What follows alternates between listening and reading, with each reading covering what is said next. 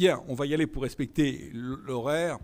Merci de votre présence nourrie, nombreuse, en ce 11e et dernier mardi de la mer de l'année universitaire, donc 2021-22, excusez-moi. Donc on est 168 au niveau du présentiel et 198 au niveau du distanciel. Le distanciel prend gentiment le devant, mais bonjour à tous ceux qui sont en distanciel, mais c'est bien qu'on trouve un équilibre entre les deux.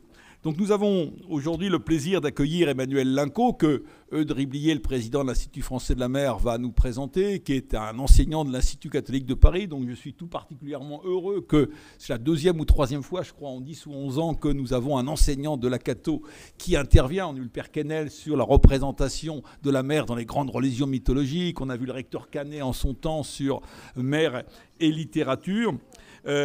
Pour nous parler d'un sujet dont tu es ô combien le spécialiste, sur les nouvelles routes de la soie. Les nouvelles routes de la soie, ça va être le 10e anniversaire l'année prochaine, puisque c'était lancé par le président Xi Jinping en septembre 2013. Voilà, venez. En septembre 2013, même si on en parle en Occident depuis infiniment moins, sauf dans les milieux autorisés, c'est dire qu'on a eu du mal à percevoir et à s'intéresser vraiment à cet élément qui est un élément majeur de civilisation. Et puis, face à ça, il y a le projet Indo-Pacifique. Et donc, Emmanuel Lincaud a eu, je dirais, le courage de nous présenter un titre problématique, mais à force de dire aux étudiants qu'il faut mettre tout ça sous forme problématique, il s'est pris à son propre piège. Quel choix pour la France, les nouvelles routes de la soie ou le projet Indo-Pacifique? Nul doute que cette belle perspective, la personnalité d'Emmanuel explique cet auditoire bien plein. Eudes, à toi de jouer pour nous présenter davantage notre intervenant du jour qui intervient dans différents milieux. Merci Christian. Emmanuel Lincaud, vos parents vous proposent dès votre jeunesse de vous ouvrir à des langues, des cultures et des civilisations variées. Vous commencez vos études à l'école active bilingue de Paris et vous débutez votre apprentissage du chinois aux Amitiés franco-chinoises de Paris. Après votre bac, vous faites un DUG d'histoire et vous devenez membre de la mission archéologique française du CNRS en Syrie. Vous vous initiez au sumérien et à l'akkadien. Puis, lors d'une maîtrise et d'un DEA d'histoire, vous revenez vers la Chine. Vous prenez pour sujet le conflit indo-chinois et la Chine vu par la France 1945-1954, puis l'image de la Chine à travers les récits des voyageurs français. Mais des rencontres vous font vous intéresser à l'Albanie et à la Macédoine. Vous y séjournez à plusieurs reprises, apprenez l'albanais, organisez la première exposition d'art contemporain albanais. Nous sommes en 1995, vous avez 25 ans, vous partez faire votre service militaire en Chine comme coopérant. Vous êtes lecteur de français au département de littérature et de civilisation française à l'université Ouran. Vous y approfondissez vos connaissances de la langue, ou des langues peut-être. Vous y nouez des liens avec les milieux artistiques, vous publiez les premières revues trilingues français, anglais, chinois d'art contemporain chinois. Vous organisez des expositions d'art contemporain chinois en France, comme dans les appartements diplomatiques de l'ambassade à Pékin. Vous prolongez votre séjour. Et puis au bout de 4 ans, en 1999, vous quittez la Chine. C'est pour explorer plus largement l'Asie centrale, le Pakistan, l'Iran, l'Inde, l'Asie du Sud-Est, la Sibérie, la Corée ou le Japon. Autant d'occasions de rencontres de philosophes, d'artistes ou de scientifiques. Vous rentrez à Paris et préparez une thèse sur culture, identité et réforme politique, la peinture en République populaire de Chine. Et puis en 2001, vous commencez à enseigner ici, à la faculté de philosophie de l'ICP, sur l'altérité, les relations culturelles, les négociations internationales. Vous obtenez 5 ans plus tard le diplôme canonique dans le cadre d'un DEA de sociologie des conflits, Chine, les enjeux du redéploiement d'une puissance. Maître de conférence, toujours ici à l'ICP, mais à sa faculté des sciences sociales, vous êtes chargé des relations internationales et dans ce cadre, vous créez les premiers partenariats avec les universités du monde sinisé, celle de Taïwan notamment. Vous fondez la chaire des études chinoises dédiée à l'histoire culturelle du monde chinois et au rapprochement interreligieux.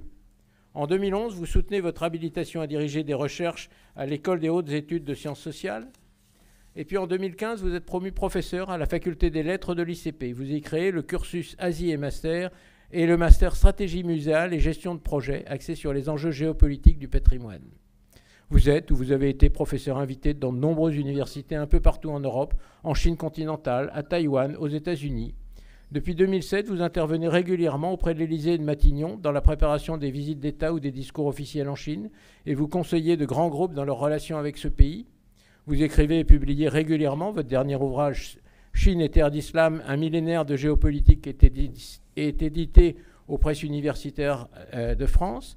Après avoir été directeur de la chaire d'études chinoises contemporaines à l'ICP, vous avez créé le pôle Eurasie 21 à l'Institut Vaugirard de l'ICP en vue de rapprocher hommes d'affaires, diplomates et universitaires autour des grands enjeux du XXIe siècle, des routes de la soie, des enjeux indo-pacifiques, art, culture, économie, géopolitique. Qui mieux que vous pourrait nous parler de ces nouvelles routes de la soie et de ces enjeux indo-pacifiques? Merci d'être là ce soir.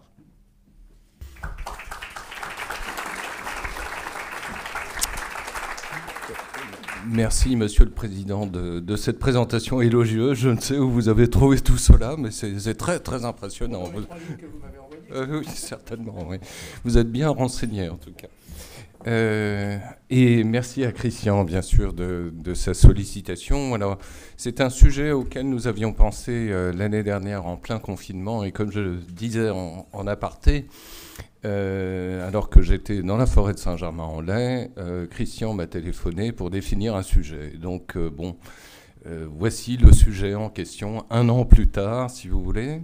Et quelque part, c'est un sujet qui reste malgré tout d'actualité, parce que quel que soit le futur président que nous aurons,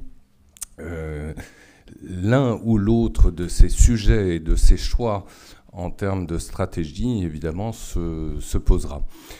Donc, ce que je vais faire, à la demande de Christian notamment, pendant les 50 minutes qui suivent, je vais camper le sujet, les 2 sujets, les nouvelles routes de la soie et l'alternative qu'est le projet Indo-Pacifique. Et ensuite, je vous céderai la parole pour un certain nombre de questions. Donc, comme le rappelait Christian à l'instant, ce projet des nouvelles routes de la soie a été initié par l'actuel président chinois Xi Jinping, que vous voyez à gauche de l'écran, célébrant avec son homologue kazakhstanais Nazarbayev pour l'époque, à Astana, capitale à l'époque du Kazakhstan, le lancement des nouvelles routes de la soie. Donc c'est un projet à l'époque qui est passé un peu en deçà des écrans radars des autorités françaises notamment, et il faudra attendre assez longtemps, c'est-à-dire 2017 en définitive, et l'élection d'Emmanuel Macron pour que l'on prenne enfin au sérieux à Paris l'importance même de ce projet, qui, nous y reviendrons, est un projet au départ eurasien, d'où le choix par le président Xi Jinping du Kazakhstan pour lancer d'une manière symbolique, évidemment, l'annonce même de ce projet. Mais depuis lors, c'est devenu un projet monde, évidemment. Et c'est un projet, n'ayons pas peur des mots, hégémonique, et un projet contre lequel les Américains et leurs alliés respectifs, dont nous sommes, essayent de créer précisément une alternative.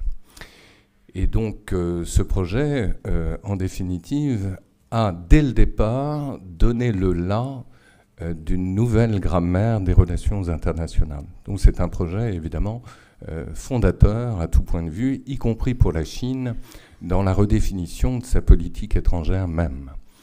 Ce n'est pas le fait du hasard d'ailleurs si Xi Jinping s'est rendu au Kazakhstan voisin de la Chine pour lancer ce projet. C'est un pays musulman, c'est un pays qui donne accès pour la Chine à d'autres horizons, bien sûr, russes et au-delà, ukrainiens, voire européens, sachant évidemment que le premier objectif de Xi Jinping, au départ, était de relier la Chine à l'Union européenne, qui, ne l'oublions pas, reste le premier partenaire commercial de la Chine. Donc ce projet des nouvelles routes de la soie a d'abord été créé pour privilégier les relations entre la Chine et l'Union européenne. Et de tous les pays de l'Union européenne, ne l'oublions pas non plus, l'Allemagne, dont plus de 40% des exportations dépendent encore à ce jour du marché chinois, et tout particulièrement dans le domaine de l'automobile. Bon. Et depuis lors, ce projet s'est élargi considérablement. La même année, en 2013, Xi Jinping, cette fois-ci, s'est rendu dans un autre pays musulman. J'insiste beaucoup sur ce voisinage musulman de la Chine, parce que précisément, ce sont sans doute ces pays musulmans que nous avons nous-mêmes sous-estimés en tant que partenaires possibles sur le plan stratégique, et que la Chine a tendance, quant à elle, à privilégier. précisément. Et la même année, donc toujours en 2013, Xi Jinping s'est rendu, cette fois-ci en Indonésie, autre pays musulman de moindre importance quant au nombre même de ses habitants, puisque la population du Kazakhstan, c'est grosso modo 14 millions de personnes, donc un pays sous-peuplé, alors que la population indonésienne, ne l'oublions pas, est la première population musulmane du monde avec 260 millions d'habitants. Et donc évidemment, en bon chinois, c'est avant tout un marché de consommateurs aussi. Mais comme nous le verrons sur la carte, c'est aussi un point de passage obligé, comme le Kazakhstan, bien sûr, pour l'exportation des ressources chinoises et en retour l'importation de biens absolument vitaux, hydrocarbures et autres pour l'économie chinoise. Ce projet des nouvelles routes de la soie tient beaucoup à la personnalité même de l'actuel dirigeant Xi Jinping, dont il faut rappeler en quelques mots le pédigré. C'est un homme qui a été profondément marqué déjà par son milieu familial. Il est le fils d'un prince, comme on dit en chinois, Tianzi. Donc il est issu de l'aristocratie rouge en définitive. Vous avez à gauche de l'écran un livre du sinologue Jean-Luc Domenac, Les fils de princes, qui rappelle ce fait extrêmement important, et que Xi Jinping est le fils de Xi Jong-sun, qui fut, dans les années 80, l'architecte principal des réformes initiées par Deng Xiaoping, que je vais vous présenter aussi dans quelques instants, qui est donc le successeur de Mao Tse-tung au sortir de la révolution culturelle. Et donc, les zones économiques spéciales initiées officiellement par Deng Xiaoping l'ont été en définitive par le père même de Xi Jinping dans l'arrière-pays de Hong Kong. Bon. Ça, c'est le premier point pour rappeler, je dirais, la filiation réformatrice même de la famille de Xi. Et dans le même temps, Xi Jinping, bien qu'étant un pur produit de la nomenclatura rouge, n'en est pas moins le témoin d'une génération sacrifiée, celle de la révolution culturelle de 1966 à 1976. Et donc vous avez, pour faire un peu savant, mais on est là pour cela aussi, pour expliciter les choses et donner quelques références, un ouvrage de Michel Bonin, collègue à l'EHESS, qui a écrit il y a quelques années « Génération perdue », donc en référence à cette génération à laquelle appartient précisément le président Xi Jinping, qui avait à sa naissance, il est né en 1953, donc il avait 13 ans au lancement de la révolution culturelle. Hein. Et donc il a une toute petite vingtaine d'années au début des années 80, ceci pour recontextualiser les choses et pour rappeler que cette génération a été très largement, encore une fois, sacrifiée, c'est-à-dire à peu près 16 millions de lycéens, d'étudiants d'une manière générale, qui, après 10 ans de fermeture des écoles et des universités, a dû s'improviser dans le domaine des affaires, dans le domaine de la politique et autres. Hein. Et donc, c'est important à rappeler parce que, quelque part, Xi Jinping, tout en étant fils de prince, n'en est pas moins un autodidacte, comme la majorité, justement, de ses contemporains. C'est un homme qui a aujourd'hui une soixantaine d'années, donc encore jeune, évidemment, pour un dirigeant, mais qui, néanmoins, et en tant qu'historien, évidemment, il faut le dire et se projeter déjà dans le futur, il appartient à la dernière génération qui aura connu la révolution culturelle. Donc ceci est aussi important à rappeler. Et paradoxalement, sans faire de la psychologie de salon, je dirais, comme le rappelle François Bougon, ancien correspondant du Monde, qui a écrit dans cette collection « Dans la tête de », c'est une excellente collection. Vous avez dans la tête de Poutine, c'est d'actualité. Dans la tête de Marine Le Pen, c'est aussi d'actualité. D'Erdogan et de Xi Jinping, entre autres. Et ce livre est excellent, à mon avis. C'est la meilleure biographie, en tout cas en français, que l'on ait sur ce dirigeant communiste chinois qui, paradoxalement, semble avoir été victime de ce que les psychologues appellent le syndrome de Stockholm. C'est-à-dire qu'il est tombé amoureux, en fait, de son bourreau, le maoïsme en général. Ce qui confère justement à cette personnalité une très grande complexité dans ses références idéologiques et assurément dans la stature même qu'il entend endosser, une volonté de s'affirmer tant sur le plan national que sur le plan international. Ça, c'est tout à fait évident. Et en cela, sans brosser un parallèle facile, il y a plus d'un lien de parenté, évidemment, d'un point de vue des choix idéologiques, des postures, qui sont celles d'un Poutine ou d'un Xi Jinping ou d'un Erdogan. C'est-à-dire que chacun se vit dans la posture d'une tradition néo-impériale inventée, réinventée tout au moins. C'est-à-dire que pour Erdogan, on le sait bien, c'est la velléité d'un retour à l'Empire ottoman qui anime manifestement toute une partie de sa politique étrangère. Voyez les incursions turques dans le Haut-Karabakh, en Libye, en Syrie, c'est ni plus ni moins la configuration de l'ancien Empire ottoman. Voyez la Russie par rapport à ses exactions en Ukraine, c'est ni plus ni moins la velléité de reconstituer précisément un empire. Et de même pour la Chine vis-à-vis de Taïwan ou vis-à-vis du sud de la mer de Chine et des contentieux insulaires qui opposent précisément la Chine à ses voisins, que ce soit le Vietnam, les Philippines ou l'Indonésie. Bon, on a là affaire à des configurations néo-impériales et de pays continents dont les empires ne se sont pas totalement encore à ce jour effondrés. Bon. Et donc Xi Jinping est tout à fait symptomatique de cette tendance que l'on retrouve y compris en Iran d'ailleurs. Bon.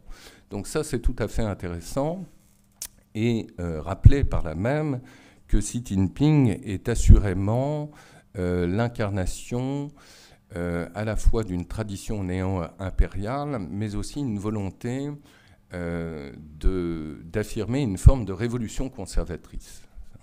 Ça, c'est, à mon avis, extrêmement important. Et de ce point de vue-là, la Russie et la Chine partagent une histoire tout à fait commune. Le grand initiateur, d'ailleurs, pour votre culture générale, de cette rhétorique, de ce discours et de cette forme de révolution conservatrice, et le dénommé Wang Huning, que vous voyez à gauche de l'écran, bon, qui est un personnage assez mal connu et pour lequel on a peu d'informations, mais qui, pour faire un rapprochement rapide, serait à la Chine ce que Alexandre Douguin est à la Russie aujourd'hui. C'est-à-dire donc à la fois un inspirateur, un homme de cabinet, de l'actuel dirigeant Xi Jinping, mais aussi une volonté de renouer avec un passé souvent prestigieux, mythifié, donc en l'occurrence le néo-confucianisme, que l'on va associer avec un marxisme auquel on ne renonce pas pour autant, non plus qu'à l'organisation du Parti communiste qui n'a pas changé depuis ses origines, depuis sa création en 1921. C'est-à-dire que c'est un parti léniniste. Le pouvoir de Poutine fonctionne fondamentalement aussi sur une structure léniniste, c'est-à-dire que c'est une organisation pyramidale, en silo. Il n'y a pas de communication évidemment transverse, et ce qui caractérise ce type de configuration politique, c'est un culte obsessionnel du secret et de l'opacité. Et donc la gouvernance tant de la Russie que de la Chine fonctionne exactement sur la même modalité. Alors c'est important, je pense, de revenir à ces fondamentaux pour savoir grosso modo où on va et pour rappeler que Xi Jinping est donc un hybride à sa manière. Il est à la fois une créature de Mao Tse-tung, une créature évidemment de son père avant tout, mais aussi sur le plan idéologique, c'est-à-dire donc une créature quelque part de la réforme portée et incarnée par Deng Xiaoping, que vous voyez à l'écran, successeur de Mao Tse-tung. Donc Xi Jinping est en fait le produit de toutes ces histoires. Et les nouvelles routes de la soie visent initialement, et encore à ce jour, à hisser la Chine au rang, évidemment, de grande puissance. Quelque part, pour paraphraser un peu la mythologie gaulienne, si vous voulez, Xi Jinping est très souverainiste et très gaullien à sa manière. C'est-à-dire l'obsession de recouvrer son rang pour la Chine est une obsession première. Bon. Et c'est ce que je dis toujours à mes étudiants, si l'on devait résumer en quelques mots les objectifs de la politique étrangère de la Chine depuis Mao Tse-tung, depuis 1949, ça tient en 2 mots, indépendance et souveraineté. Voilà. Et donc fondamentalement aussi, c'est là où je voulais en venir d'un point de vue de l'histoire des idéologies, quand je dis, même si c'est un peu tiré par les cheveux, que Xi Jinping est très gaullien dans sa posture, c'est une façon de dire aussi qu'il est très maoïste, au sens où, pour paraphraser Mauriac, définissant le gaullisme comme suit « tout le monde a été, est ou sera gaulliste », eh bien on peut dire qu'en Chine, tout le monde a été, est ou sera maoïste. Donc le maoïsme est avant tout un nationalisme, et Xi Jinping est avant tout un nationaliste. Voilà. Donc les nouvelles routes de la soie, c'est une façon évidemment d'assurer à la Chine la possibilité de recouvrer son rang, mais aussi de s'affirmer sur la scène internationale. Alors, comment faire ?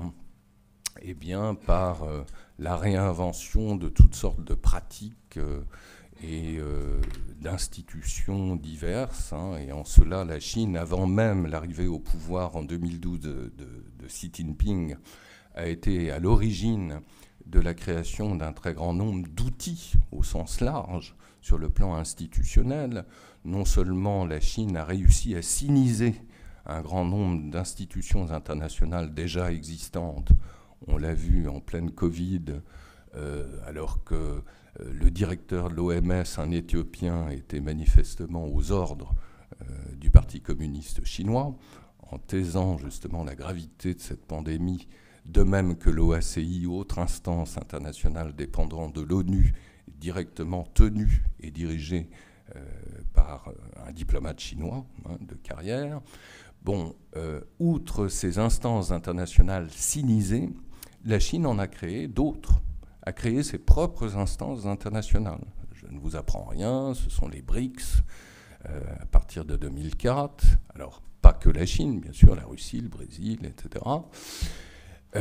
C'est vrai aussi des grandes instances bancaires telles que la Banque asiatique des investissements pour les infrastructures, qui est une alternative évidemment au FMI. On pourrait ajouter le Silk Road Fund, qui est un fonds bancaire finançant, comme son nom l'indique, un très grand nombre de projets d'infrastructures de par le monde, et pour commencer en Asie centrale, bien sûr. Sans oublier, autre organisation extrêmement importante, l'Organisation de coopération de Shanghai, qui a été créée en 2001, année charnière s'il en est. Les historiens du futur nous diront si le XXIe siècle a commencé avec l'année 2001, et je vais revenir dans quelques instants justement sur cette année qui me paraît très importante, ou avec l'agression par la Russie de l'Ukraine. Après tout, vous savez, c'est ce que disent les historiens maintenant avec le recul, que le XXe siècle a commencé avec la guerre de 14. Peut-être que le XXIe siècle, avec le recul, aura commencé en 2022. Vous voyez ? Et peut-être qu'il aura véritablement commencé en 2001 aussi. Bon, alors pourquoi l'année 2001 est-elle si importante ? C'est pas tant les attentats du 11 septembre, même si les Américains sont obsédés évidemment par ce traumatisme et on les comprend. Fondamentalement, l'année 2001 repose sur 2 événements beaucoup plus structurants, à mes yeux, et pour lesquels la Chine est partie prenante. C'est tout d'abord la création de l'Organisation de coopération de Shanghai, précisément, à l'été 2001. Désormais, 45% de la population mondiale est représentée par cette organisation. Donc c'est la 2e plus grande organisation mondiale après l'ONU, tout de même. Le dernier pays à l'avoir intégrée, et j'y reviendrai tout à l'heure, c'est l'Iran au mois de septembre dernier. Donc vous avez une sorte de glacis eurasien qui est en train de se mettre en place, bien sûr, avec peut-être une logique de bloc de retour, et on se posera la question in fine. Et puis l'autre événement marquant de 2001, c'est évidemment l'intégration de la Chine au sein de l'Organisation mondiale du commerce. Novembre 2001. Je veux dire, tous les phénomènes que l'on connaît, montée du populisme un peu partout en Europe, aux États-Unis, le phénomène Le Pen, voilà, c'est ça. C'est-à-dire une désindustrialisation massive de l'Europe et des États-Unis au profit de la Chine, et en retour, la montée des populismes. Il y a une corrélation évidemment entre ces deux phénomènes, c'est tout à fait évident. Donc ça, c'est évidemment structurant, c'est extrêmement important. Et donc, quelque part, les jalons sont déjà posés à l'émergence de cette puissance chinoise. Donc, émergence de la puissance chinoise qui s'en donne les moyens sur le plan international, dans un choix de politique très classique au niveau bilatéral, mais aussi au niveau multilatéral, comme je viens de le dire, en se créant ses propres instances internationales. Cela va de pair aussi avec une contribution massive des Occidentaux. Nous sommes évidemment à l'origine de l'émergence de la puissance chinoise. La Chine seule n'est rien, c'est tout à fait évident. Et donc ce projet des nouvelles routes de la soie est un avatar des moyens tout à fait considérables qui ont été les nôtres et qui ont été donnés à la Chine avec ce postulat qui repose avant tout sur un principe de croyance toute néolibérale et avant tout américaine, selon laquelle, dès lors où vous aidiez une société donnée à se développer sur le plan économique, elle deviendrait une démocratie. En somme, à Washington, depuis la fin des années 70, on espère que la Chine deviendrait un gros Danemark, un peu ennuyeux, de sociétés de consommateurs qui achèteraient McDo, pour faire simple. Bon, évidemment, non. Et non seulement la Chine refuse d'être une démocratie, mais elle est fière d'être une dictature. Et c'est un sentiment, jusqu'à preuve du contraire, les choses peuvent évidemment toujours changer, largement partagé par l'opinion chinoise. Et pas que. Bon, j'ai écrit effectivement, l'a rappelé très gentiment, un livre récemment sur lequel je reviendrai d'ailleurs, Chine et terre d'islam, un millénaire de géopolitique. Nombre de pays musulmans adhèrent évidemment à ce modèle dictatorial. Et d'ailleurs, tout coïncide. Le 2 mars dernier, lors du vote à l'Organisation des Nations Unies, vous avez quand même une forte majorité d'États qui ont été plutôt attentistes, qui n'ont pas condamné l'agression russe contre l'Ukraine. D'entre tous, la Chine et l'Inde. Ça fait quand même une bonne partie de la population mondiale. Sans compter, évidemment, tous les pays musulmans, ou presque, qui ont été plutôt neutres, précisément, dans la manière de se prononcer, justement, par rapport à cette guerre. Bon. Alors, l'autre dimension, évidemment, qui est essentielle et qui pose un problème aux Américains, et leurs alliés, c'est l'émergence de la Chine en tant que puissance militaire. Cela va de pair, bien sûr, avec l'émergence de la puissance économique. Et là aussi, la Chine, à partir du début des années 2000, s'en est donné les moyens. Alors, tout d'abord, on l'a prise un peu de haut en disant que ce n'était pas très sérieux, que son matériel, de toute façon, était acheté à l'ex-Union soviétique, qu'elle caviardisait, etc. Bon, d'accord, très bien. Les Sukhoi 35 sont devenus les J-9, etc., etc. Bon, néanmoins, la Chine fabrique désormais son propre armement. Donc l'achat déjà de ce vieux navire d'origine ukrainienne, d'ailleurs, que vous voyez, le Varyag, devenu le Liaoning, premier porte-avions chinois, fait partie déjà des navires de l'ancienne génération. Désormais, vous avez un deuxième porte-avions qui a été lancé et de fabrication exclusivement chinoise par la Chine, qui s'appelle d'ailleurs le Shandong, en référence sans doute, le choix des noms n'est jamais anodin, à la province natale de Confucius. En temps normal, un porte-avions de cette nature est avant tout un ambassadeur. Et donc c'est une façon évidemment pour la Chine de communiquer en faisant relâche dans les ports ici et là avec le nom de Shandong précisément. Bon. Et puis, désormais, vous avez 3 autres porte-avions qui sont en construction.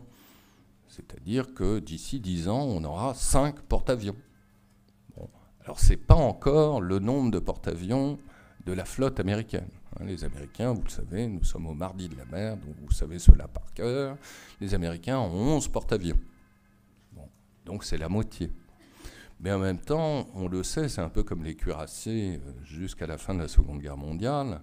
On disait que c'était le nec plus ultra de la défense militaire et de l'offensive militaire.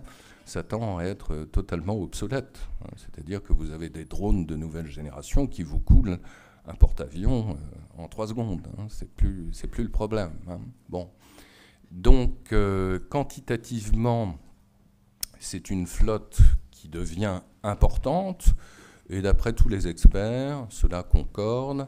La flotte chinoise, tous les 4 ans, se dote de l'équivalent d'une Royal Navy. Donc c'est énorme. Vous voyez ? Et donc le but avoué, c'est de sécuriser évidemment les axes de communication. Donc sécuriser les circuits d'approvisionnement en provenance du Moyen-Orient, en provenance de l'Afrique, bref, des régions riches en pétrole, bien sûr. Et pas que, puisque l'autre grand problème, évidemment, pour la Chine, d'où la création du projet des nouvelles routes de la soie, c'est la sécurité alimentaire, qui est un sujet majeur, surtout avec la guerre en Ukraine. C'est-à-dire que là, j'inverse bien sûr le propos. On a découvert, côté chinois, évidemment, que l'on était très vulnérable vis-à-vis de l'étranger. Et l'Ukraine compte, évidemment, dans les importations céréalières aussi de la Chine. Donc, évidemment, ce dispositif militaire vise à sécuriser les acquis. Et qui dit émergence d'une puissance militaire nouvelle, dit création un peu à la manière des Britanniques au XIXe siècle, d'une logique de comptoir. Le fameux collier de perles dont tous les internationalistes nous parlent, donc des bases qui sont soit des ports à vocation civile, et c'est la majorité, soit des ports qui à tout moment peuvent être à vocation militaire aussi. Alors on a beaucoup glosé dès l'année 2016 et son ouverture sur le port chinois de Djibouti. Et pour cause, c'est un port très important. Il n'est pas le seul, vous le savez sans doute. À Djibouti, vous avez 4 armées qui se font face. C'est assez étonnant d'ailleurs, c'est un beau spectacle. Vous avez les Japonais, les Français historiquement les plus anciennement établis à Djibouti, les Américains et enfin les derniers venus, les Chinois. Bon.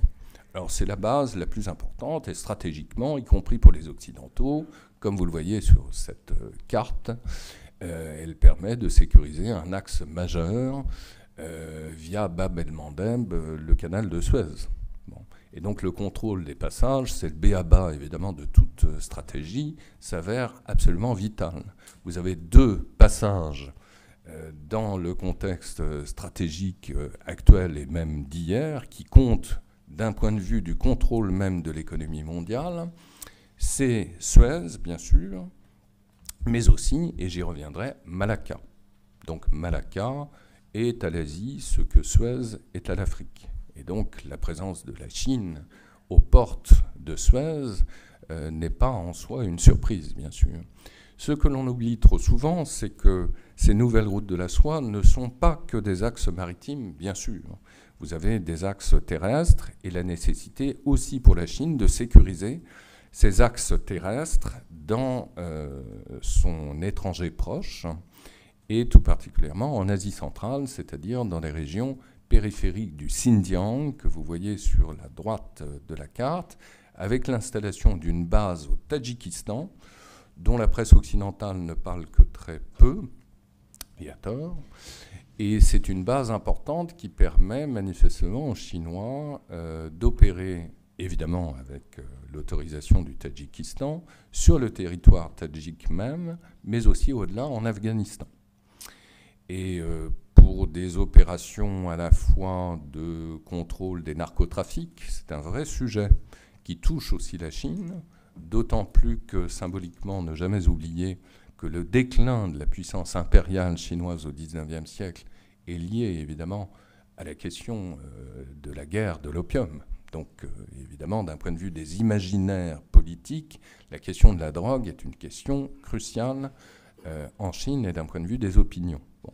Mais pas que, bien sûr, c'est-à-dire qu'il s'agit de maintenir une présence dans une région stratégique, riche notamment en eau, que tout le monde convoite dans la région. Vous avez là la chaîne des Pamires, qui constitue en quelque sorte le château d'eau de toute l'Asie centrale.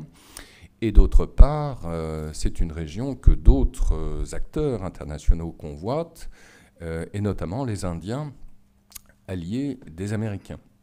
Donc notez-le quelque part, parce qu'il y a fort à parier, sans lire dans le marc de café, que de nouvelles formes de guerres asymétriques, des guerres de guérilla, seront menées précisément dans cette région du monde pour épuiser la Chine ou épuiser l'Inde, c'est selon, bien sûr. En tout cas, cette région, et tout particulièrement l'Afghanistan, on le sait depuis un demi-siècle, a été souvent le tombeau des empires, selon la formule consacrée. Donc il y a fort à parier qu'en définitive, pour revenir sur un événement assez proche encore, le retrait le 15 août dernier des Américains de Kaboul est un retrait en définitive très relatif. C'est-à-dire que les Indiens sont prêts à prendre le relais. Et pas que les Indiens, bien sûr. Bon. Et la question de la sécurité dans la région est évidemment vitale pour les intérêts chinois, d'autant que cette sécurité n'est pas pleinement assurée. C'est-à-dire que vous avez des maquis ouïghours, tantôt affiliés à Daesh, tantôt affiliés à Al-Qaïda, dans cet arrière-pays, qui à tout moment peuvent poser des problèmes sur le plan sécuritaire, évidemment, pour les installations chinoises, si vous voulez. Et il en va de même, évidemment, au Pakistan voisin. Bon. Et donc, ceci est important à rappeler parce qu'en définitive, le projet maritime des nouvelles routes de la soie tend à devenir beaucoup plus important, vu de loin, à Pékin, que le projet terrestre des nouvelles routes de la soie. Pourquoi ? Parce que, comme je l'ai dit, il y a un problème lié au terrorisme en Asie centrale, mais aussi parce que, plus récemment, il y a la guerre, évidemment, en Ukraine. Et donc, depuis plus d'un mois, aucun convoi ferroviaire ne transite entre la Chine et l'Allemagne. Donc, évidemment, ça pose toutes sortes de problèmes, y compris de légitimité sur le plan politique pour l'actuel dirigeant Xi Jinping, qui va être confronté à une échéance majeure d'un point de vue de la politique intérieure chinoise, le 20e congrès du Parti communiste chinois qui se réunira au mois d'octobre prochain. Et donc, de toute évidence, sans être dans le secret des princes, et depuis 1921, depuis la création du Parti communiste chinois, au sein du Politburo chinois, vous avez les anti-russes et les pro-russes. Et donc, forcément, Xi Jinping va devoir à un moment donné trancher. D'où, évidemment, cette viscosité chinoise de ne pas se prononcer d'une manière définitive sur la question, d'une manière toute diplomatique, bien sûr, parce que, en réalité, la guerre en Ukraine est un enjeu majeur de politique intérieure en Chine même. Voilà. Et c'est cela, évidemment, qu'il faut comprendre aussi. Alors, pour en finir ou presque avec les nouvelles routes de la soie et aborder le second sujet de cette conférence, donc le projet alternatif de l'Indo-Pacifique, vous avez une carte très imparfaite, j'en conviens, qui vous montre néanmoins les principaux circuits à la fois terrestres et maritimes de ces nouvelles routes de la soie. Et comme je le disais tout à l'heure, d'un point de vue stratégique, il s'agit pour la Chine de contrôler avant tout les points de passage. Bon, là c'est tout à fait élémentaire, donc je ne reviens pas sur Djibouti. Les deux points de passage qui me paraissent les plus importants sont ceux, respectivement et successivement, qui relient le sud de la Chine via le Myanmar, donc la Birmanie, que vous voyez ici même, permettant donc de désenclaver les régions du Grand Sud de la Chine, qui sont d'ailleurs encore à ce jour parmi les régions les plus pauvres du pays, pour les relier directement au golfe du Bengale.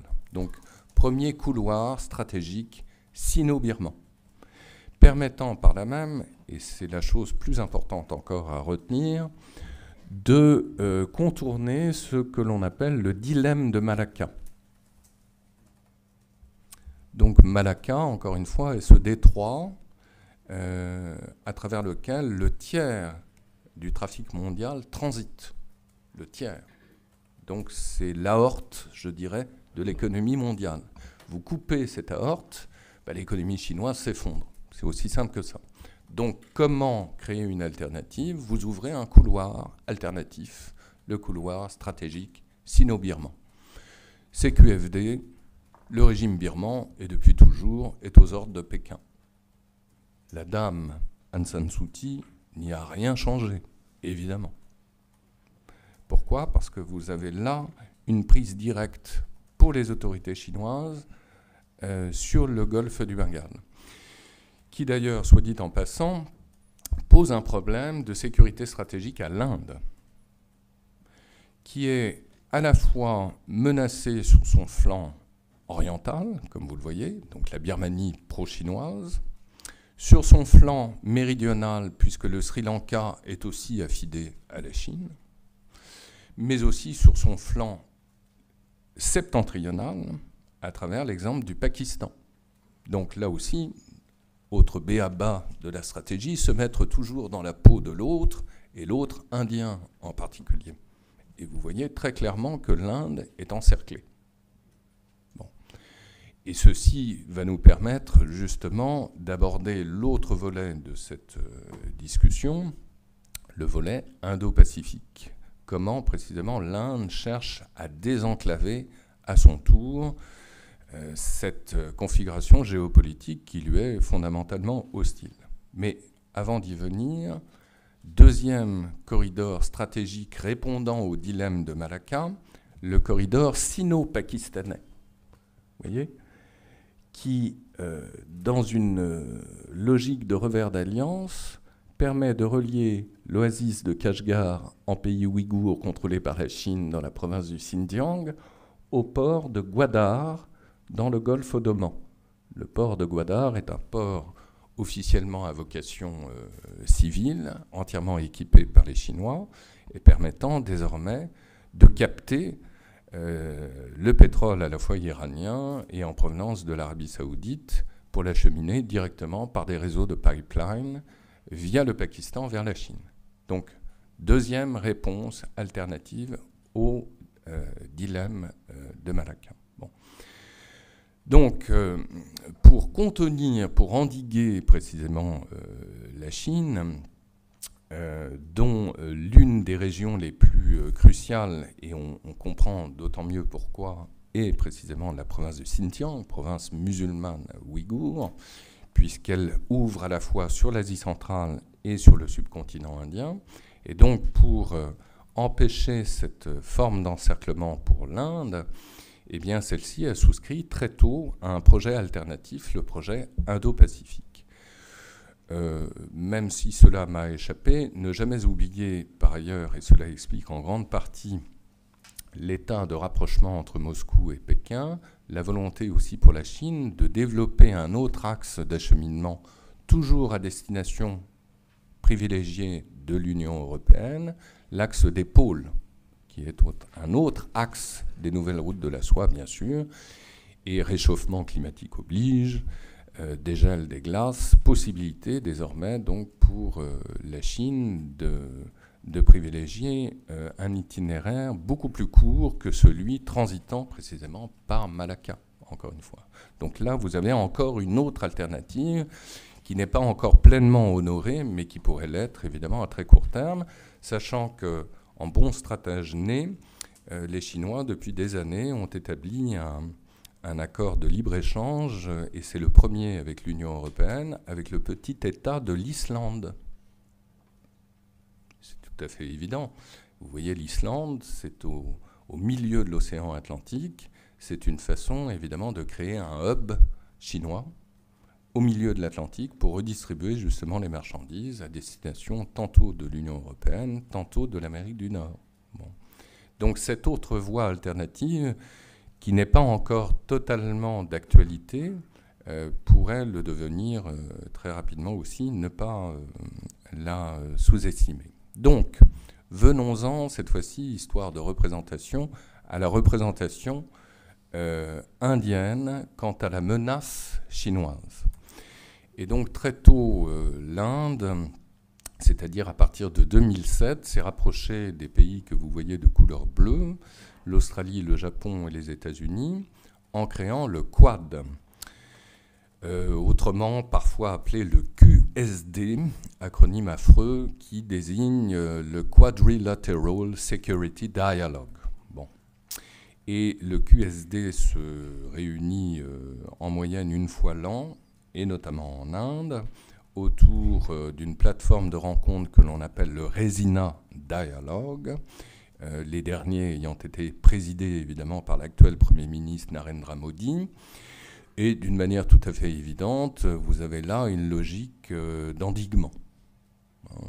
Bonne vieille logique d'endiguement qui fut celle du maréchal Foch après la Première Guerre mondiale en Europe, et puis dans les années 50 avec Eisenhower, le containment américain contre le bloc soviétique. On y revient. Bon. C'est une architecture d'endiguement sur le plan militaire et qui donne lieu donc depuis 2007 entre chacun de ces pays à des manœuvres aéronavales extrêmement importantes auxquelles la France, plus récemment, bien que n'étant pas membre du Quad, a participé à son tour. Bon. Et à cette logique d'endiguement s'est greffé un projet désormais connu depuis les années 2012 et au-delà, sous le nom, cette fois-ci, de projet Indo-Pacifique. Et donc le projet Indo-Pacifique, comme son nom l'indique, vise à créer une configuration commune aux océans Indien et Pacifique, et vise par là même à rappeler, notamment à la Chine, la nécessité de laisser ouverts ces océans à la libre commercialisation, en définitive, et empêcher par là même à la Chine de revendiquer sa souveraineté au nom d'un certain révisionnisme historique sur des régions du sud de la mer de Chine, par exemple. Ce qui, très concrètement, alors peut se justifier sur le plan historique, pourquoi pas, encore que c'est évidemment une thèse contestée tantôt par les Vietnamiens, les Philippins et d'autres. Hein. Mais très concrètement, cela signifierait à terme que possiblement la Chine pourrait exiger à des cargos étrangers des péages pour ravitailler tantôt le Japon, tantôt la Corée du Sud, si vous voulez. Donc on est à l'opposé, évidemment, du libre commerce et de toutes les conventions internationales que la Chine a par ailleurs tout à fait ratifiées. Donc il y a là évidemment une pierre d'achoppement qui oppose la Chine aux Occidentaux, mais qui trouve également dans le prolongement même de ces contentieux d'autres théâtres d'affrontements possibles à travers l'océan Indien et l'océan Pacifique. Alors, la France, évidemment, est directement concernée par cet enjeu, il faut le rappeler, étant donné ses possessions d'outre-mer, bien sûr. Hein. Donc la France est un cas unique d'avoir des possessions un peu partout à travers le globe, comme vous le savez, ce qui confère à la France le statut de deuxième puissance maritime mondiale. On a tendance à l'oublier, la première étant les États-Unis, mais la deuxième dans le monde, c'est la France. Et d'ailleurs, élément de langage un peu souverainiste et patriotard, bon, mais lorsque notre ministre de la Défense, qui est une femme par ailleurs tout à fait respectable et tout ce que l'on voudra, dit et souscrit à l'idée défendue par les Chinois selon laquelle la France est un pays à la fois éloigné de la Chine et un petit pays comparé à la dimension de la Chine, je m'excuse, Madame la Ministre, ce n'est pas vrai. Parce que la Polynésie française est beaucoup plus proche de la Chine géographiquement que ne l'est la France hexagonale d'une part, Et d'autre part, si l'on ajoutait l'ensemble des territoires d'outre-mer à l'Hexagone, ça fait quand même un territoire de 11 millions de kilomètres carrés. Alors que la Chine, c'est 9 560 000 kilomètres carrés. C'est QFD, la France est plus grande que la Chine. Ah, ce sont les faits les plus objectifs. Voyez. Et en même temps, j'en conviens, il y a là une asymétrie de moyens tout à fait considérable, qui ne nous échappe pas. C'est-à-dire que vous avez là des reliquats d'empire, on va les appeler ainsi, voilà, c'est la fin de la journée.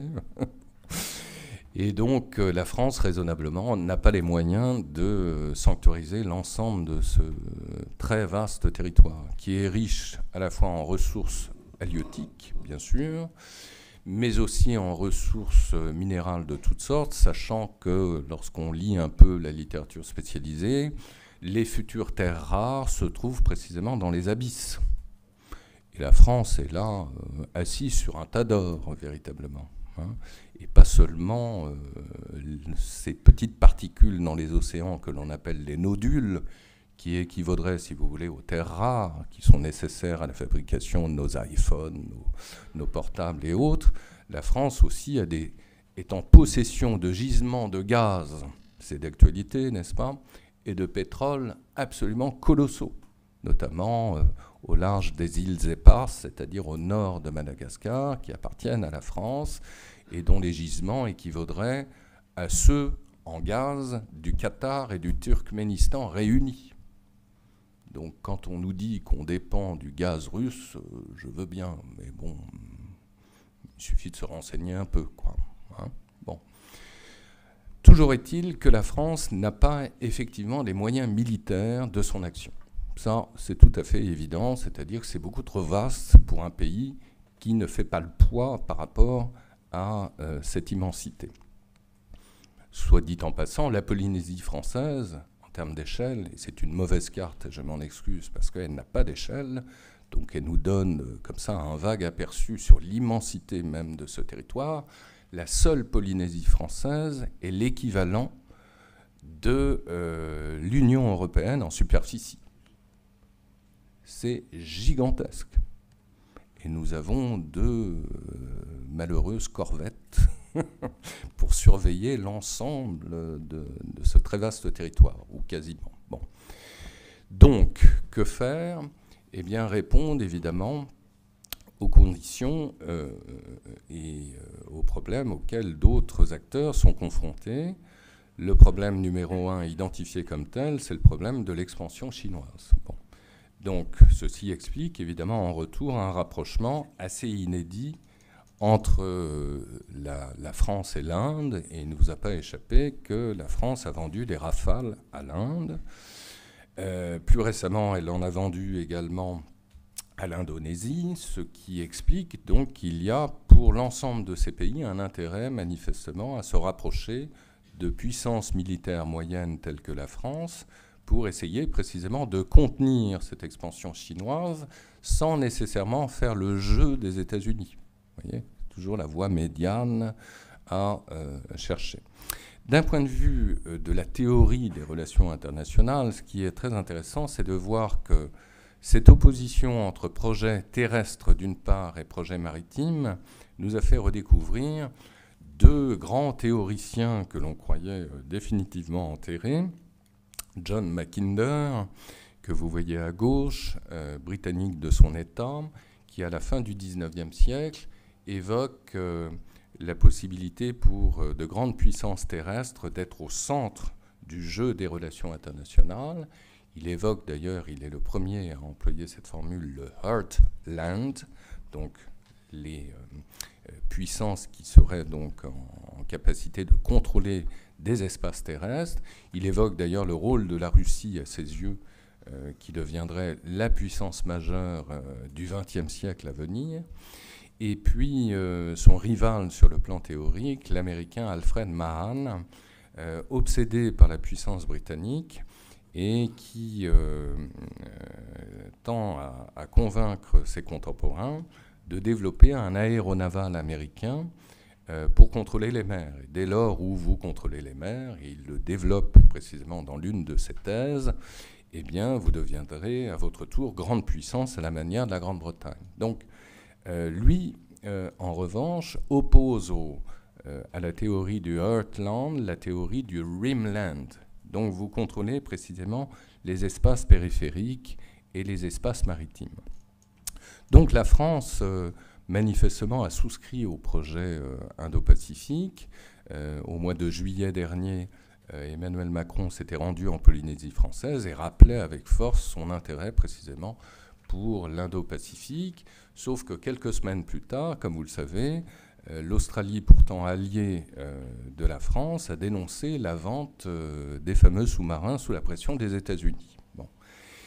Chose très intéressante, cette nouvelle a été sue le jour même où les Européens annonçaient le développement de leur propre Indo-Pacifique, qui, quelques mois plus tard, allait donner lieu à la création, au-delà de la formule, d'un projet intéressant que l'on appelle le Global Gateway. Alors intraduisible parce que c'est du globish, comme on dit, mais qui est un projet qui souscrit à la fois à l'Indo-Pacifique, mais qui n'est pas qu'un projet d'opposition stratégique à la Chine, qui n'est pas en soi confrontationnel comme le serait le projet Indo-Pacifique américain, puisque c'est un projet de coopération économique aussi, et qui tend dans son principe par là même à rejoindre le principe même du projet des nouvelles routes de la soie, qui est à la fois stratégique et économique précisément, mais qui clairement vise aussi à concurrencer la Chine. Donc c'est assez intéressant de voir que d'un côté, les Américains ont lancé l'Indo-Pacifique comme alternative au projet des nouvelles routes de la soie, et que les Européens, Bruxelles par ailleurs, ne sont pas pour autant en reste. Alors, nous signalions cet ouvrage assez récent que j'ai publié et qui montre précisément que la Chine s'est saisie et s'est donné les moyens pour exercer son emprise sur un très grand nombre de pays musulmans, pays précisément que les Européens, mais aussi les Américains, ont eu tendance à délaisser. Donc il y a là très certainement pour l'avenir une alternative sur laquelle il faudra sans doute revenir. La preuve, et pour actualiser le propos, et j'en ai presque fini, par cet accord commercial signé entre la Chine et l'Iran au mois de mars de l'année dernière, qui est un accord extrêmement important par le montant, puisque c'est un accord d'investissement et de coopération commerciale de 400 milliards de dollars, donc c'est tout à fait considérable, et c'est un accord assorti d'une coopération militaire entre la Chine et l'Iran. Donc évidemment, les sanctions occidentales ont très largement profité, là encore, à la Chine dans son rapprochement avec l'une des puissances majeures musulmanes, en l'occurrence l'Iran. Et comme je le disais tout à l'heure, l'Iran a adhéré récemment, au mois de septembre dernier, à l'Organisation de coopération de Shanghai, dont vous voyez la carte, et qui confère précisément à l'Eurasie, au sens très large du terme, une sorte de glacis, en définitive, dont la Chine serait l'un des centres. Alors en même temps, les choses peuvent très bien être bouleversées par les événements que nous sommes en train de vivre, avec notamment cette rencontre tout à fait historique survenue à Pékin entre Poutine et Xi Jinping le 4 février, donc 20 jours avant l'invasion russe en Ukraine. Il y a fort à parier que si Poutine avait réussi à mettre à genoux l'Ukraine de Zelensky en 3 jours, que Xi Jinping aurait à son tour eu la velléité d'attaquer Taïwan et provoquer donc par là même 2 fronts contre les Occidentaux, sachant par ailleurs que la configuration est différente. C'est-à-dire que vous avez d'un côté un État souverain, l'Ukraine, attaqué par un autre État, la Russie, tandis que Taïwan, d'un point de vue du droit international et d'un point de vue de la majorité de la communauté internationale, est une île rebelle qui appartient à la Chine. Donc les configurations sont très différentes et les enjeux, évidemment, sont très différents, mais reviennent à une problématique globale qui est celle précisément de la rivalité entre Nouvelle Route de la Soie d'une part et Indo-Pacifique de l'autre. Alors, Quelle solution pour la France et pour l'Union européenne d'une manière générale? Je dirais en bon chinois la voie du milieu. Et la voie du milieu, pour moi, est incarnée par Monet. Parce qu'on aura beau dire tout ce que l'on voudra, y compris pour les deux candidats actuels aux élections présidentielles qui s'affrontent au nom de la souveraineté et que l'on a redécouvert à la faveur de la Covid-19. Il y a encore 2 ans, le mot même de souveraineté était un gros mot pour la plupart des candidats. Hein. Bon. La souveraineté, c'est très cher. Je ne suis pas sûr, sincèrement, que la France en ait totalement les moyens. D'autant que on nous parle de découplage industriel, de rapatriement de secteurs d'activité cruciaux de la Chine, notamment vis-à-vis de la France. Ça ne va pas se faire en un jour. Vous ne fermez pas une usine en claquant des doigts du jour au lendemain. Ça, c'est pas vrai. Bon. Donc, la voie du milieu, c'est celle incarnée notamment par Jean Monnet, qui me paraît assez inspirateur, parce que, d'une part, on l'oublie trop souvent, Monnet a eu une carrière en Chine, déjà. C'est un solide pragmatique. Dans les années 30, après avoir été négociant en vin, il a été conseiller personnel de Chiang Kai-shek à Shanghai. On a tendance à l'oublier, mais je pense que dans la biographie même du personnage, cette expérience chinoise de longues années a été assez déterminante. Et surtout, Jean Monnet, sans vouloir s'aliéner justement la souveraineté des États, a essayé précisément d'esquisser une voie du milieu en créant le CECA, donc l'ancêtre de la CE, de ce qui allait devenir ensuite l'Union européenne, c'est-à-dire de créer les conditions possibles d'un partage de ressources pour éviter la guerre. Bon.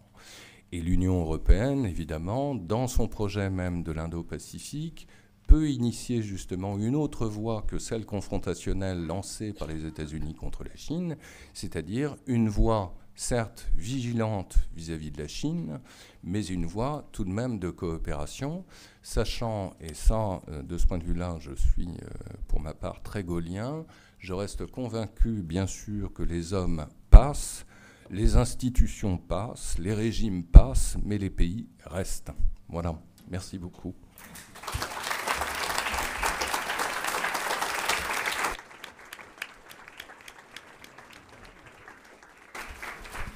Merci beaucoup pour cette fraise qui pose un certain nombre de questions très problématiques. J'imagine qu'il va y avoir beaucoup de réactions sur tout un tas de points. Le seul élément sur lequel je voudrais peut-être, je dirais, rajouter un élément, c'est qu'il faut que je t'offre les travaux d'Océanide, parce que le Heartland de Mackinder, c'est avéré faux. John Speakman, en les années 47, avec son RIP blanc, le montre, mais enfin, il ne tue pas totalement le père. Le programme Océanide, avec ses 264 chercheurs issus de 40 pays, il dit en substance, c'est pas le Heartland, on est allé jusqu'à tuer le père, c'est le Heartsea. C'est-à-dire, c'est celui qui tient les flux en Méditerranée. On a commencé par découvrir que Rome, la grande puissance de l'Antiquité, a prédominé parce qu'elle maîtrisait les flux dans l'océan Indien. Et c'est quand Rome a commencé à perdre la maîtrise des flux dans l'océan Indien qui dégageait moins de subsides pour lutter contre les Gauls, les Ostrogoths, les Visigoths.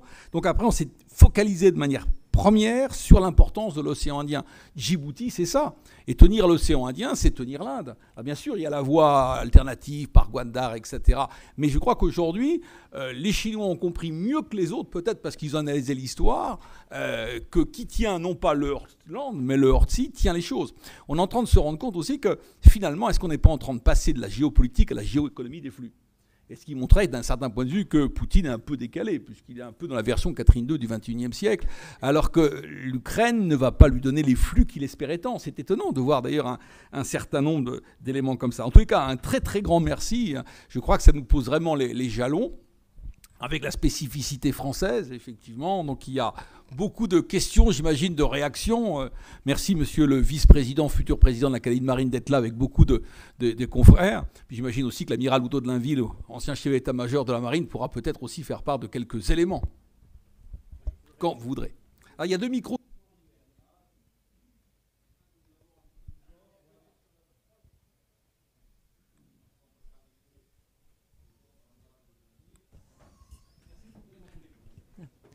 Bonjour, Arnaud Ballet, je suis un ancien étudiant de la faculté de la FAS. J'aurais une question pour vous, monsieur Linco, et merci pour votre intervention. L'amiral Pierre Vendier, le chef d'état-major de la Marine nationale, dit craindre des éventuels coups de force sur nos territoires du Pacifique, notamment par la Chine. Est-ce que vous partagez cette analyse ? Merci.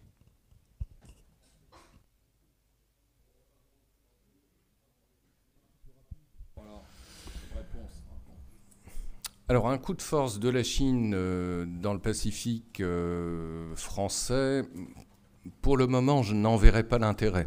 Mais à terme, pourquoi pas, effectivement, la Chine cherche à se ménager une profondeur stratégique. D'où son intérêt d'abord pour Taïwan. Je pense qu'il y a une première étape qui est l'annexion à terme de Taïwan pour se ménager précisément cette profondeur stratégique. Qu'il y ait des ingérences, qu'il y ait une volonté aussi pour la Chine d'un point de vue diplomatique à se rapprocher d'un certain nombre de micro-États de l'Océanie pour évincer notamment l'autre Chine, Taïwan, ça c'est tout à fait évident. Mais on n'en est pas là encore. Mais à terme, ça pourrait très bien survenir. Ça me paraît tout à fait évident. D'ailleurs, de ce point de vue-là, comme vous le savez, la configuration politique même de la Polynésie est très particulière. Vous avez bien sûr la présidence de la République française qui exerce son emprise sur la Polynésie, mais vous avez aussi une présidence locale polynésienne, laquelle est souvent sollicitée par les autorités chinoises. Donc il y a évidemment, comme en Nouvelle-Calédonie d'ailleurs, même si c'est une autre configuration, un intérêt, pour ne pas dire une immixtion chinoise de plus en plus grande dans ces territoires d'outre-mer, c'est évident. Merci. Une autre question? Peut-être, Amiral, vous vouliez intervenir? Oui, je voudrais intervenir sur votre remarque sur les porte-avions. Je suis obligé de le faire parce que je suis ancien, j'avais été major de la marine, ancien commandant de porte-avions. Ancien commandant de porte-avions, et vous avez dit que les drones pouvaient détruire un porte-avions en moins de temps qu'il fallait pour le dire. D'abord, les drones, c'est les tout petits engins qui transportent, dans le meilleur des cas, des missiles, mais des missiles sans charge militaire. Donc, les porte-avions ne craignent absolument pas les drones. Par contre, il y a une menace qui vient des missiles hypersoniques. Je pense que c'est à ça que vous faisiez allusion. Et ces missiles hypersoniques, ils sont très rapides, hypersoniques. Et ils sont tellement rapides qu'on ne peut pas les guider. Je ne sais pas si vous avez lu Tintin, On a marché sur la Lune. Quand la capsule rentre, il ne peut plus communiquer. Si vous avez vu le film Apollo 13, quand la capsule rentre, ils ne peuvent plus communiquer. Eh bien, c'est pareil avec ces missiles hypersoniques.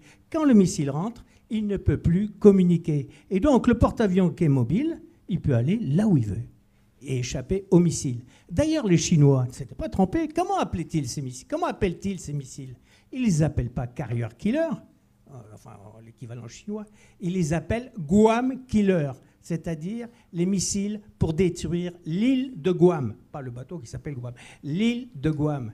Et donc, si vous voulez, je suis pas... D'ailleurs, la preuve aussi, c'est que tous les pays d'Asie qui ont un réarmement naval très fort se dotent de porte-avions ou porte-aéronefs. Le dernier en date étant la Corée du Sud. Alors, j'aurais voulu vous entendre aussi sur les relations entre la Chine et le Moyen-Orient. Et là, c'est vraiment dans le contrôle des flux de pétrole, parce qu'on sent les pays du Moyen-Orient très hésitants sur l'accord de Quincy, c'est-à-dire le parapluie américain, et la Chine, qui est leur plus gros acheteur, enfin l'Asie en règle générale, qui est le plus gros acheteur de pétrole. Et donc, le parapluie américain, il se distend. Sauf qu'on les sent très hésitants. Ils n'ont pas encore fait sauter le pas, à ma connaissance. Mais vous avez raison, parole d'expert, n'est-ce pas, de rappeler d'une manière très hiérarchique, justement, l'usage de ces armes diverses. Ce que je veux dire par là, sans être expert dans ce domaine, c'est qu'assurément, la Chine pourrait nous surprendre par l'invention de moyens d'intervention asymétriques auxquels on ne pense pas, qui peuvent anéantir justement des dispositifs comme ceux que vous décrivez. Pour répondre à votre question sur le Moyen-Orient, le rapport d'approvisionnement de la Chine vis-à-vis du Moyen-Orient, contrairement à ce que l'on pourrait croire et contrairement à ce que cet accord signé entre Chinois et Iraniens pourrait nous faire croire, la Chine privilégie l'Arabie saoudite dans ses approvisionnements et non pas l'Iran. Donc ça, c'est assez intéressant de voir là aussi cette asymétrie. Néanmoins, chose à mes yeux importante à rappeler, c'est que la Chine, au contraire d'un certain nombre d'experts occidentaux, ne tient absolument pas compte de la rivalité chiite-sunnite.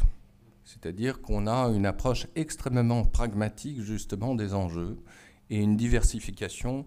Effectivement, on fait à la fois affaire avec Riyad et avec Téhéran, même si Riyad semble être privilégié depuis ces dernières années et beaucoup moins, paradoxalement, l'Iran. Merci beaucoup.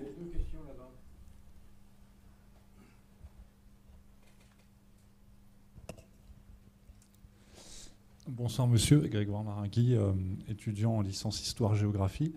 Je voulais savoir si le commerce maritime chinois allait être impacté en cas de conflit avec l'Indonésie, Taïwan, et pour les intérêts maritimes chinois en mer de Chine, ou si des arrangements allaient être trouvés pour qu'ils puissent quand même continuer de se développer. Comme on le disait tout à l'heure, la sécurité alimentaire de la Chine est vraiment en jeu. C'est-à-dire que la Chine a stocké évidemment des céréales, etc. Bon, d'après les experts, c'est 3 mois devant elle pour tenir. Bon. Mais il y a un problème de dépendance de la Chine par rapport aux marchés extérieurs. Et un problème qui est lié, bon alors c'est trop long pour approfondir, mais qui est lié notamment à l'extraordinaire urbanisation du pays, c'est-à-dire une raréfaction en retour des terres arables. C'est-à-dire que vous n'avez plus que 8% de la surface agricole utile exploitable en Chine, quand elle est encore exploitable. C'est-à-dire que, on le sait aussi, tout est ultra pollué, donc il y a un problème de sécurité aussi alimentaire d'un point de vue de la pollution même, des sols et des nappes phréatiques. Donc c'est un enjeu de sécurité alimentaire, c'est un enjeu politique bien sûr, c'est-à-dire que les grandes manifestations qui ont lieu depuis ces dernières années sont liées souvent à des problèmes environnementaux, d'écologie, de contestation précisément par rapport à des questions de sécurité alimentaire ou environnementale. Donc il est clair que s'il y avait un conflit avec Taïwan, la Chine serait très vite impactée effectivement par ces problèmes. Ça c'est tout à fait évident. Alors il y a plusieurs écoles évidemment qui s'affrontent. Ceux qui vous disent que la guerre est impossible parce qu'il y a un tel échange précisément sur le plan économique entre les deux rives du détroit de Taïwan que c'est a priori inenvisageable. Bon. Sauf, encore une fois, que moi je reste absolument persuadé que ça relève de la croyance avant tout. La croyance selon laquelle les échanges économiques achèteraient à eux seuls la paix sociale. La réponse est non. C'est-à-dire que ce qui nous fonde quand même, véritablement, c'est l'irrationnel. C'est-à-dire qu'il y a des pulsions de mort, de volonté d'exercer une souveraineté qui à tout moment peut faire craindre le pire, c'est-à-dire une guerre contre Taïwan, dont on ne voit pas effectivement les objectifs immédiats et pas du tout d'un point de vue rationnel, encore une fois, parce qu'a priori ça serait se tirer une balle dans le pied, quoi. D'autant qu'on le sait, les 3/4 des microprocesseurs au niveau mondial sont fabriqués à Taïwan ou sous licence taïwanaise, donc faire la guerre à Taïwan... non, on n'en voit pas l'enjeu immédiat. Mais d'autres vous disent qu'au contraire, cela permettrait effectivement à la Chine d'acquérir une profondeur stratégique en sanctuarisant l'ensemble de la mer de Chine et par là même en faisant barrage à des émissions occidentales dans la région. Donc pour le moment, tout est sur la table, on ne peut pas trancher. Merci. D'autres questions ? Puis après, M. Bovis. Allez-y ensuite là. Oui, allez-y. Bonsoir, Julien Ozou, je suis aussi étudiant en histoire-géographie à l'ICP. Merci pour votre intervention, c'était extrêmement intéressant. Moi, j'aurais une petite question. Je me suis beaucoup intéressé à l'histoire de la Chine et ce qui se passe ces dernières années, ça rappelle un petit peu le système de réseau vassal qui avait été mis en place sous les expéditions de Zheng He au XVe siècle. Est-ce que du coup, on peut faire un parallèle ou c'est complètement tiré par les cheveux ? En tout cas, cette évocation est importante pour la propagande chinoise, parce que c'est une façon de dire que les Chinois ont été les premiers en tout pour les expéditions navales. Vous avez même certains chercheurs chinois qui essayent de démontrer que les Chinois auraient découvert les Amériques avant Christophe Colomb, etc. Bon, Cela relève évidemment d'une sorte de mise au défi permanent et de, comment dirais-je, de rivalité d'un point de vue du soft power, bien sûr. Bon. La différence quand même sur le plan historique, c'est que Zheng He et ses successeurs n'ont jamais colonisé en l'espèce l'Afrique. Au contraire, justement, des Européens. C'est là la grande différence. On peut même remonter à l'époque des Vikings, pourquoi pas. Le phénomène Christophe Colomb dans l'histoire universelle, c'est que Christophe Colomb est non seulement revenu pour témoigner, d'ailleurs il était absolument convaincu, je vous le rappelle, d'avoir découvert la Chine par la voie ouest, hein. Enfin je suis à Cathay, c'est quand même assez extraordinaire, et surtout d'autres lui ont succédé. C'est ça la nouveauté, c'est ça le changement de paradigme. Et dans l'historiographie, la fin du Moyen-Âge pour entrer en modernité avec la Renaissance. C'est-à-dire qu'on n'est plus dans un monde dont les océans seraient plats, hein, et dont le monde serait plat, précisément. On est dans un monde infini, véritablement. Bon. Et c'est ça la nouveauté Christophe Colomb. Alors que Zheng He ait découvert la Corne de l'Afrique avant Magellan ou Vasco de Gama, tout le monde est d'accord. Mais d'un point de vue géopolitique, d'un point de vue de l'impact sociétal même, ça n'a évidemment rien à voir. En revanche, ce qui est très intéressant, c'est de voir d'un point de vue de l'histoire culturelle comment des idéotypes comme Zheng He précisément sont utilisés par la propagande chinoise pour faire valoir soit une supériorité, soit une antériorité vis-à-vis d'autres peuples qu'européens. Par exemple, dans tous les communiqués vis-à-vis de l'Afrique, on rappelle que les Chinois ont été au contact des Africains bien avant les Européens. Bon, voilà. Oui, Alain Bovis de l'Académie de Marine. Merci pour cet exposé particulièrement important. Oui, c'est bon. Cet exposé très intéressant. Je voudrais revenir sur votre conclusion. Au début de votre propos, vous avez dit que Xi Jinping avait une vision impériale, pour ne pas dire impérialiste, de son pays et du monde. Vous avez ensuite critiqué la vision américaine, comme quoi le commerce adoucirait les mœurs, du moins des dictateurs. Et à la fin, vous concluez en disant que l'Union européenne pourrait développer une approche de partenariat économique original. Sur quelle base fonder cette ligne de crête, sachant que l'Australie, par exemple, avait développé une interpénétration économique très forte avec la Chine, ce qui n'empêche pas aujourd'hui de se retrouver en affrontement quasi, opposition quasi frontale. Alors, ça relève un peu du pari pascalien, hein, ça c'est clair, c'est-à-dire jusqu'où collaborer, n'est-ce pas, et j'insiste bien sur la première syllabe, puisqu'elle est entachée dans l'histoire française de pas mal de choses, comme on dit. Il y a, je pense, une nécessité de penser le temps long, ça c'est extrêmement important, et on ne le fait pas suffisamment, on le sait, on est toujours...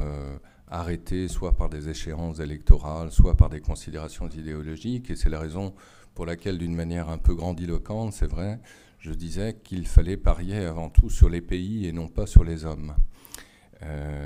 Parce que Xi Jinping, par définition, ne sera pas éternel non plus que Vladimir Poutine. Donc il faut continuer à entretenir des relations vigilante, encore une fois, c'est-à-dire ne pas sacrifier ni notre âme, ni nos secteurs d'activité les plus cruciaux, mais continuer à collaborer pour préparer justement l'après Xi Jinping, l'après Poutine. Je ne dis pas que ça sera simple, mais en tout cas, cette coopération permettrait effectivement de nous ménager, je pense, une certaine marge de manœuvre entre les États-Unis qui clairement veulent nous entraîner dans une histoire confrontationnelle qui, a priori, n'est pas la nôtre. En tout cas, pour une fois dans notre histoire, tous ces troubles en devenir en Asie orientale sont quand même assez éloignés précisément de l'Hexagone. Donc, pour être un bon disciple de Machiavel, je pense qu'il y a là une opportunité, c'est-à-dire nous concentrer sur l'Europe et faire affaire avec des puissances très étrangères sur le plan géographique pour nous affirmer précisément. Je ne dis pas que c'est simple, hein, mais précisément l'exemple de Jean Monnet nous montre qu'il a réussi à dissoudre à la fois les tensions nationalistes entre des pays qui, il y a encore 6 ans, on le voit, c'est 1951, se faisaient la guerre, qui a créé les conditions de rapprochement entre la France et l'Allemagne pour que nous n'ayons plus la guerre depuis maintenant près de 80 ans. C'est ça avant tout l'Union européenne, il faut quand même le rappeler. Donc si nous avons réussi à le faire avec l'Union européenne, nous pouvons a priori le faire entre l'Union européenne et d'autres pays. En tout cas, je pense que s'il y a une marge à trouver, c'est dans cet écart précisément entre les États-Unis et la Chine, c'est-à-dire qu'encore une fois, cette histoire de confrontation directe entre Washington et Pékin est extrêmement périlleuse à mes yeux. Voilà. Merci. Une question juste devant. C'est le micro là-bas. Bonsoir monsieur, je m'appelle Marie-Astrid, je suis en histoire sciences politiques. Déjà merci pour votre intervention et j'avais une question concernant justement l'ouverture de la Chine au commerce international. Justement, si cette dernière s'ouvre au commerce international, est-ce qu'elle ne risque pas de s'embourber dans une logique de surproduction industrielle qui peut justement l'autodétruire ?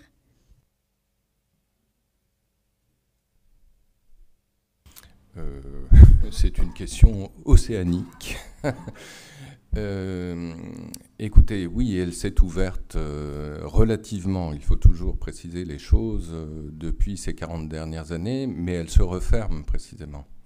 Hein, comme la Russie d'ailleurs. C'est ça qui est tout à fait intéressant, c'est-à-dire que peut-être que je n'ai pas eu le temps d'insister justement sur cette configuration renaissante. Je pense que l'on assiste de plus en plus à une renaissance de logique de bloc. Alors, peut-être que les choses peuvent être dénoncées à tout moment par la disparition dans tous les sens du terme de Poutine ou de Xi Jinping, que sais-je encore. Enfin, tous les scénarios sont ouverts, bien sûr.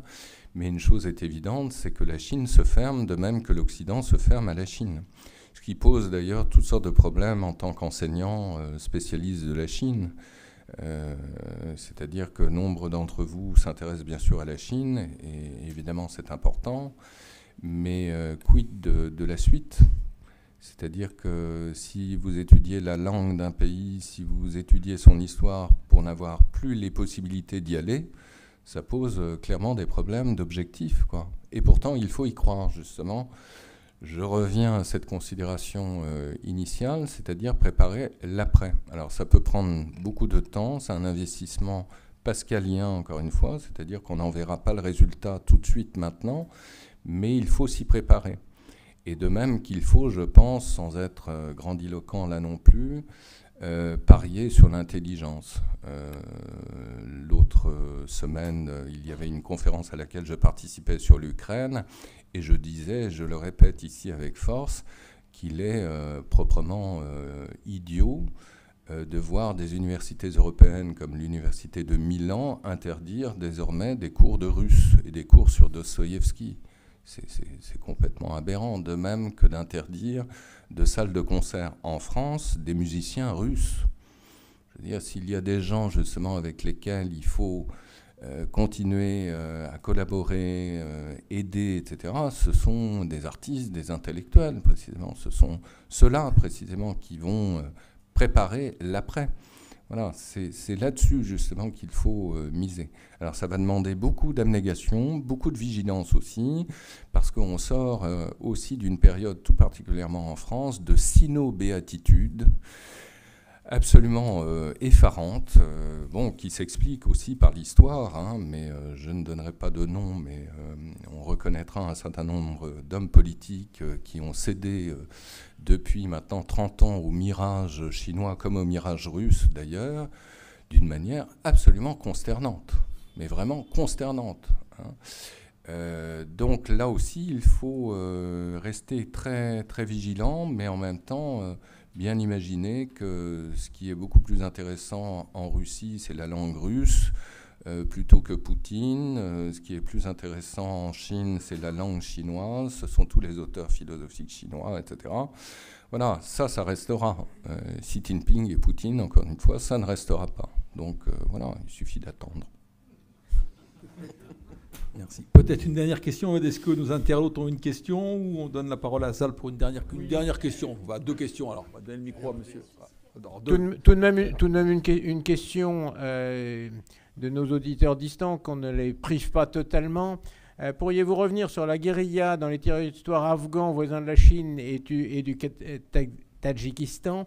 S'agit-il selon vous d'un nouveau terrain d'affrontement entre les puissances chinoises, russes et américaines ou d'un terrain d'entente entre ces puissances pour lutter contre le terrorisme?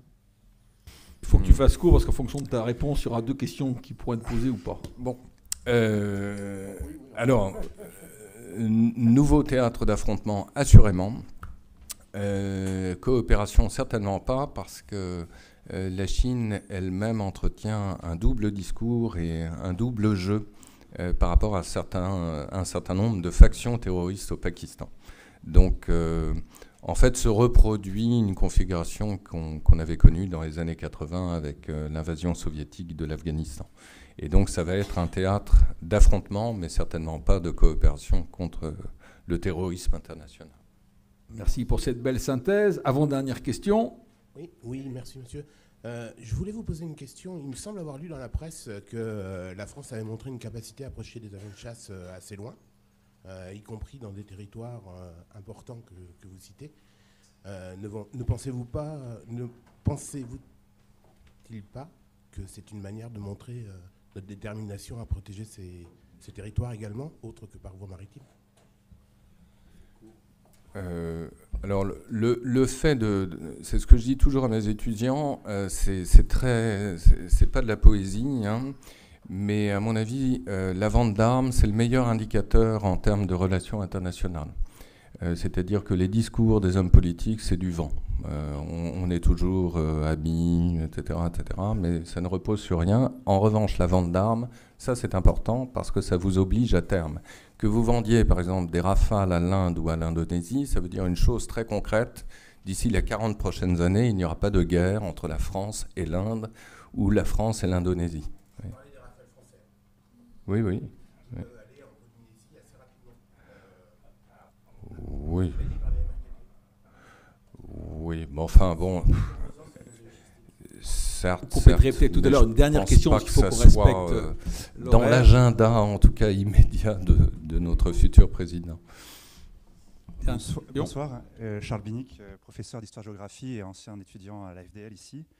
Je voulais savoir s'il y avait des exemples de gros projets de développement en lien avec les nouvelles routes de la soie en Afrique, mais qui ne soient pas situés en mer Rouge, en Méditerranée, qui illustre bien ce que vous disiez tout à l'heure, à savoir que c'était plus seulement un projet de connexion Europe-Chine, mais bien aussi un projet d'hégémonie mondiale, on va dire. Oui, ces projets existent, sont très importants, surtout manifestement en Afrique du Sud, au Nigeria et en Éthiopie. Donc vous regardez la carte, c'est une triangulaire qui permet effectivement de couvrir sous un très large spectre l'ensemble du continent africain, sans oublier évidemment l'Égypte, hein, qui est de plus en plus un partenaire très important de la Chine. Mais en même temps, alors on n'a pas eu le temps de tout aborder bien sûr, le projet des nouvelles routes de la soie est un projet qui coûte très cher. Donc en 2013, on évoquait un montant de 1000 milliards d'investissements. Certains experts évoquent 9000 milliards désormais, c'est absolument colossal. L'Afrique est évidemment impactée par ces projets, mais en même temps, signe des temps, lors du dernier forum Chine-Afrique qui a eu lieu à Dakar il y a quelques mois, la Chine a revu à la baisse ses projets d'investissement en Afrique subsaharienne. Donc ça, c'est quand même un signe des temps. Et bon, évidemment, la Chine n'est pas seule en Afrique. Il y a aussi ce projet à la marge, Global Gateway de l'Union européenne, qui tente à vouloir justement coopérer davantage avec l'Afrique. Et puis, il y a plus à la marge encore, mais c'est une autre puissance émergente, l'Inde, qui s'intéresse aussi de plus en plus à l'Afrique. Merci beaucoup. Donc avant que le président de l'Institut français de la mer fasse la conclusion, je voudrais simplement vous remercier bien sûr pour l'ensemble de ces sessions. On n'a pas le programme de l'année prochaine, mais nous allons le concocter très très prochainement. Si vous ne recevez pas par mail les choses, vous pouvez toujours aller sur le site, il suffit de s'inscrire les mardis de la mer, il n'y a pas de souci. Vous pouvez également me donner votre adresse postale, mais on n'envoie plus forcément par la poste, c'est toujours un petit peu lourd, donc il suffit d'aller sur le site. Les mardis de la mer, on commence toujours début octobre. Voilà, merci beaucoup. La parole, la conclusion et pour remercier notre intervenant de Driblier. Oui, un très grand merci pour cette conférence, parce que vous nous avez dit finalement que les routes de la soie, l'Indo-Pacifique ou le Global Gateway, finalement, c'était 3 outils pour développer, renforcer, sécuriser les voies d'échange commercial de la Chine, de l'Inde, de l'Europe et de leurs blocs associés. Et vous nous avez incité à quitter la sino-béatitude pour de la coopération vigilante. Merci infiniment pour cette soirée.